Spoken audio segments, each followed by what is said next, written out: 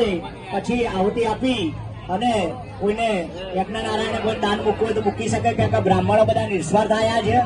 એ બ્રાહ્મણોએ કોઈ ચાર્જ નક્કી કર્યો નથી, આપણા ઘરનું કાર્ય છે અને એક લાવો મળ્યો છે. તો દરેક બ્રાહ્મણોનું પણ સન્માન કરજો એવી નમ્ર વિનંતી. તો હવે આપણે તમે પગે લાગી દો અને જે આપવું હોય તમે આપી ઉભા થઈ જશો, બરાબર? એવી નમ્ર વિનંતી. આમાં થાળીની અંદર મૂકી દો, થાળી મૂકી દો.